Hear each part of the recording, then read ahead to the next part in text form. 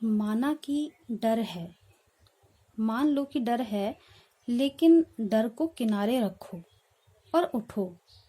मान लो कि गिरोगे, निश्चित है कि गिरोगे। कभी कोई नहीं चल पाया बिना गिरे। बहुत बार चोट लगेंगी, बहुत बार भटकोगे, भूल चूक होगी। भूल चूक होती ही है जो चलने की कोशिश करता है। जो नहीं चलता उसी से तो भूल चूक नहीं होती। तो मेरे हिसाब में तो एक ही भूल चूक है, वो है ना चलना। कोई भूल चूक नहीं होती। तुम गोबर गणेश की तरह बैठे रह जाते हो, हलन चलन ही नहीं करते और आनंद से वंचित रह जाते हो। तुम कभी अमृत को उपलब्ध ना हो सकोगे। उठो, भय है, स्वीकार करो। भय के बावजूद खड़े होने की चेष्टा करो। भय है, द्वार खोलो। खतरा है, माना मित्र भी आ सकता है, शत्रु भी आ सकता है, लेकिन शत्रु के भय से मित्र को गवा देना बहुत बड़ी भूल है।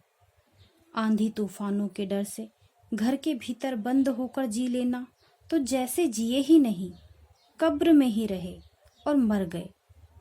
कब्र बड़ी सुरक्षित है और जीवन में असुरक्षा है। दुस्साहस चाहिए। धीरे धीरे कदम संभलने लगते हैं और जब कदम संभल जाते हैं तो सब भय मिट जाता है। प्रेम एकमात्र कवच है और कोई कवच नहीं है और कोई सुरक्षा नहीं है। और तुम जितने भी इंतजाम करोगे सुरक्षा के, सब गलत सिद्ध होंगे। तुम्हारे हाथों से बनाई गई सुरक्षा मृत्यु के पार ना ले जा सकेगी। मृत्यु सब सुरक्षा को तोड़ देगी। मैंने सुना है कि मुल्ला नसरुद्दीन के घर डाका पड़ा। सब लोगों ने सोचा लुट गए और बचाने की कोशिश में मुल्ला नसरुद्दीन बुरी तरह पीटा भी गया। ऐसा पीटा गया कि मरणासन्न अस्पताल में पड़ा है।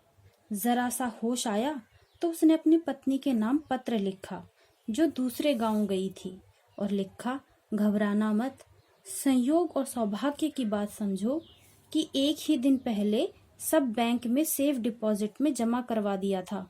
कुछ गया नहीं, कुछ ले जाने को था भी नहीं, सिवाय मेरे जीवन के। कुछ भी गवाया नहीं, क्योंकि वह मरणासन्न है और मर रहा है। सिवाय जीवन के और कुछ गवाया नहीं। मरते वक्त तुम भी ऐसा ही पाओगे कि सिवाय जीवन के और कुछ नहीं गवाया। सब बचा है, सब तिजोरी में रखा है, सब बैंक में जमा है। सिर्फ तुम अपने को गवा बैठे हो। लेकिन उस जमा का करोगे क्या? जीवन को ही खोकर अगर सब बचा लिया तो क्या बचाया? अगर सब खोकर भी जीवन बच सके तो बचा लेना। उसे ही मैं दुस्साहस कह रहा हूँ। लाओ त्सो के शब्दों को समझो। यदि कोई प्रेम और अभय को छोड़ दे, और वे दोनों एक ही सिक्के के दो पहलू हैं, इस तरफ प्रेम, उस तरफ अभय। आगे प्रेम, पीछे चला आता है अभय।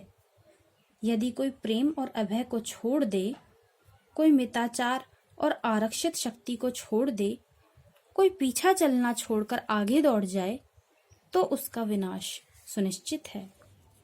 लाओ त्सो यह कह रहा है कि जिसने प्रेम को छोड़ा वह विनिष्ट हो गया, और तुमने प्रेम को छोड़कर सब बचा लिया है।